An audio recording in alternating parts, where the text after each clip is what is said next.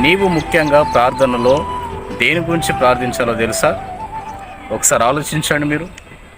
మనము దేని గురించి ప్రార్థన చేస్తున్నాం డైలీ? చాలామంది రకరకాలుగా లోక సంబంధమైన ప్రార్థనలే చేస్తాం. కానీ నీవు విశ్వాసంలో బలపడాలి, విశ్వాసంలో ముందుకెళ్ళాలంటే నువ్వు అసలు మొట్టమొదటిగా దేవుణ్ణి అడగవలసింది ఏమిటి?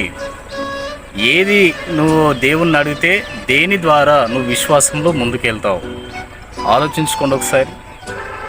ప్రేమైన దేవుని బిడ్డలారా, దేని గురించి ప్రార్థన చేయాలంటే మన మనసు, ముందుగా ఈ మనసు గురించి నువ్వు ప్రార్థన చేయాలి. నా మైండ్ను సరిచేయి నాయన అని నువ్వు ప్రార్థన చేయాలి. మన మైండ్ నుంచే కదా ఫ్రెండ్స్ ఏదైనా సరే నువ్వు ఆలోచిస్తేనే కదా, అది పాపమైనా సరే మంచి అయినా సరే నువ్వు ఆలోచించే ఆలోచన ద్వారానే ఏదైనా క్రియారూపంలో నువ్వు చేస్తావు, అవునా?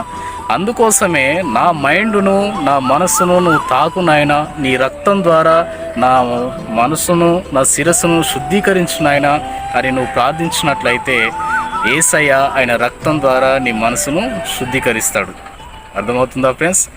ఆయన రక్తం ద్వారా, పరిశుద్ధమైన రక్తం ద్వారా నీ మనసును ఆయన రక్తం ద్వారా శుద్ధీకరించినప్పుడు నీ ఆలోచనలు ఎలా ఉంటాయో తెలుసా? అద్భుతంగా ఉంటాయి. విశ్వాసంలో చాలా ముందుకెళ్తావు. ఎటువంటి చెడు తలంపులు రావు. ఆయన రక్తం ద్వారా నీ శిరస్సు కడిగబడినట్లయితే దానికోసం నువ్వు ప్రార్థన చేయి. దేనికోసం నువ్వు ప్రార్థన చేయకు, దేని గురించి నువ్వు అడగకు.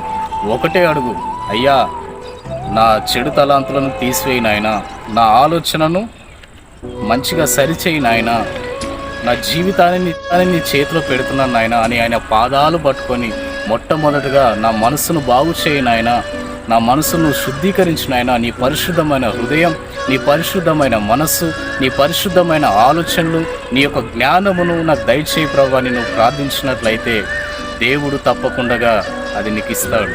నువ్వెప్పుడైతే ఆయన మనస్సును, ఆయన జ్ఞానమును, ఆయన తెలివిని, ఆయన వివేచనను నువ్వు పొందుకుంటే గనుక ఆయన పరిశుద్ధాత్మ శక్తి ద్వారా నువ్వు ముందుకు నడిపించబడతావు.